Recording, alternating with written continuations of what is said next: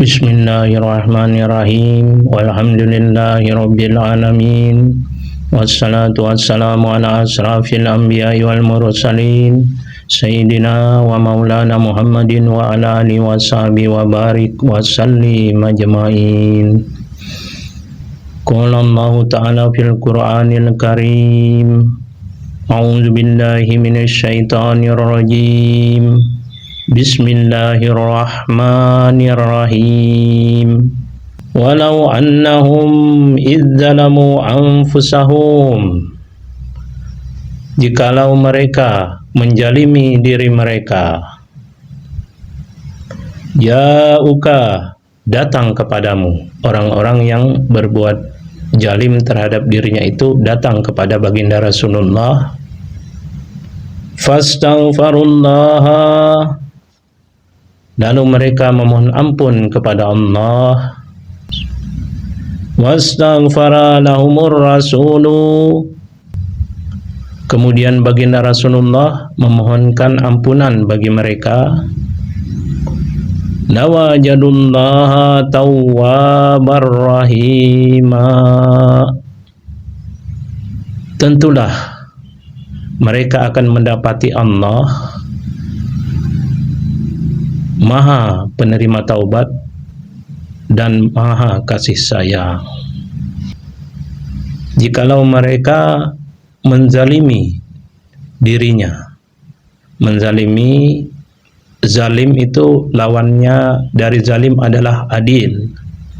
Maksudnya mereka menzalimi diri mereka adalah tidak melaksanakan, tidak menunaikan hak bagi dirinya untuk taat kepada Allah. Karena sesungguhnya taat kepada Allah itu adalah hak bagi diri manusia itu sendiri, sehingga mereka tidak adil akan dirinya, sehingga dikatakan zalim terhadap dirinya. Dan jika mereka datang kepada baginda Rasulullah dan kemudian mereka memohon ampunan kepada Allah dan Rasulullah memohon ampunan pula bagi mereka, maka mereka akan mendapati Allah Maha penerima taubat, Allah Maha pengampun, lagi Maha kasih sayang bagi hambanya. Merasa berat dalam menunaikan ketaatan kita kepada Allah, banyak-banyak baca istighfar, atau ditambah lagi seperti kalimat atau pesan dalam Al-Quran ini, wastaghfara lahumur rasulu, dan kemudian Rasul memohonkan ampunan bagi mereka agar tergolong dari umatnya yang mendapatkan ampunan dari Allah Ta'ala, agar tergolong mendapatkan doa dari baginda Rasulullah, permohonan ampun dari Rasulullah kepada Allah Ta'ala atas umatnya, maka banyak pula berselawat. Jadi diamalkan istighfar dan selawat. Habis selesai sholat banyak beristighfar, kemudian banyak pula berselawat, supaya tergolong ke dalam orang-orang yang mendapat doa dari Rasulullah tadi. Maka tentulah Allah mengampuni mereka dan merahmati. Jadi selawat itu isinya rahmat Allah. Baca istighfar setelah selesai sholat atau di waktu senggang itu bagus untuk menggugurkan dosa-dosa agar tidak bertumpuk dan membutakan mata hati.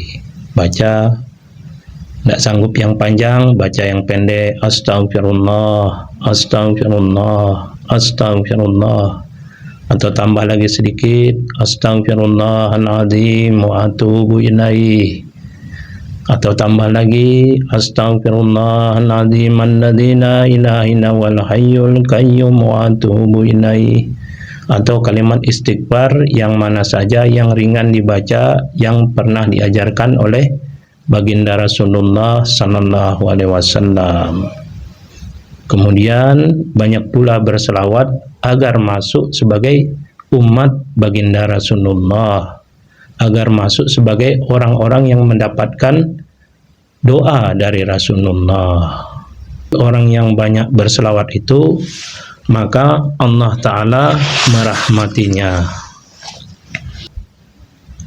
Wa qala sallallahu alaihi wasallam, sallu alayya fa inna salatakum alayya zakatul lakum wa innaha ad'afun muda'afah. Wa qala sallallahu alaihi wasallam, baginda Rasulullah sallallahu alaihi wasallam bersabda, sallu alayya, berselawatlah atasku. Fa inna salatakum alayya, sesungguhnya selawatmu atasku, zakatul lakum, merupakan zakat bagimu. Maksudnya merupakan pembersih dosa bagimu, merupakan penggugur dosa bagimu. Wa innaha ad'afun muda'afah, dan pahalanya dilipat gandakan sebanyak-banyaknya. Itu adalah merupakan rahmat Allah yang besar.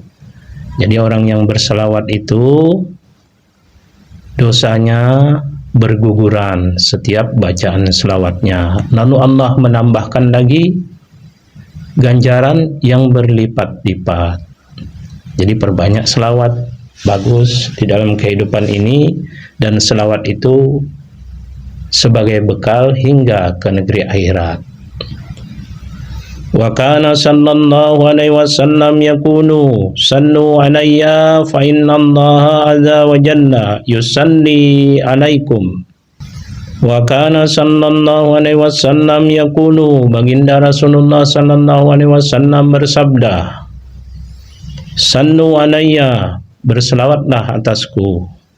Fa inna Allaha azza wa jalla, sesungguhnya Allah azza wa jalla, yusalli alaikum,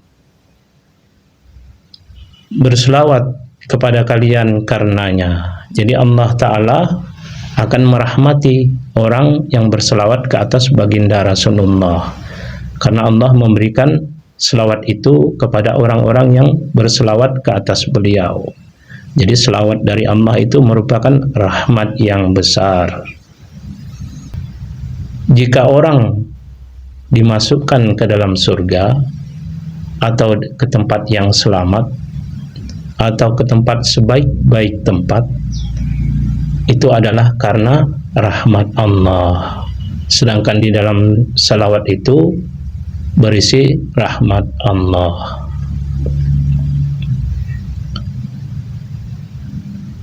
Banyak-banyaklah berselawat, baik selawat yang paling pendek sekalipun, atau selawat-selawat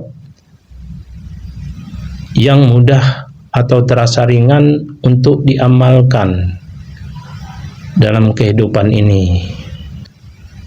Jika suatu masa seseorang sudah tidak kuat,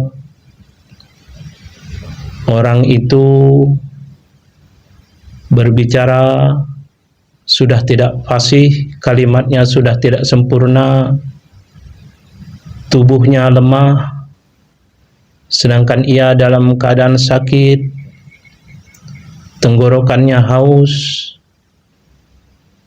tubuhnya sudah tidak bisa memiliki daya upaya lagi, maka apa yang sering dilakukannya ketika ia sehat, ketika ia segar bugar, ketika ia kuasa, yang sering diamalkannya, maka itulah yang ia ingat pada saat itu.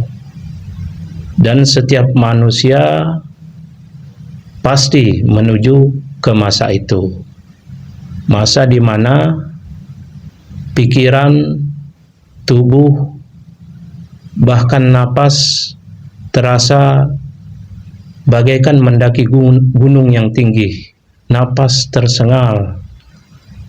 Nah, itu di situ kalimat-kalimat zikir yang diamalkan itu bermanfaat bagi orang itu menjadi sebab Allah merahmati mereka.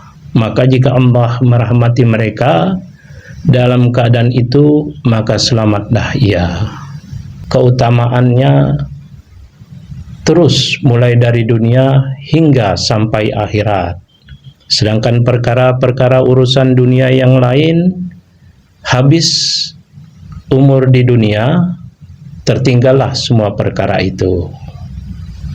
Semoga Allah Ta'ala meringankan kita untuk banyak membaca istighfar, untuk membaca selawat.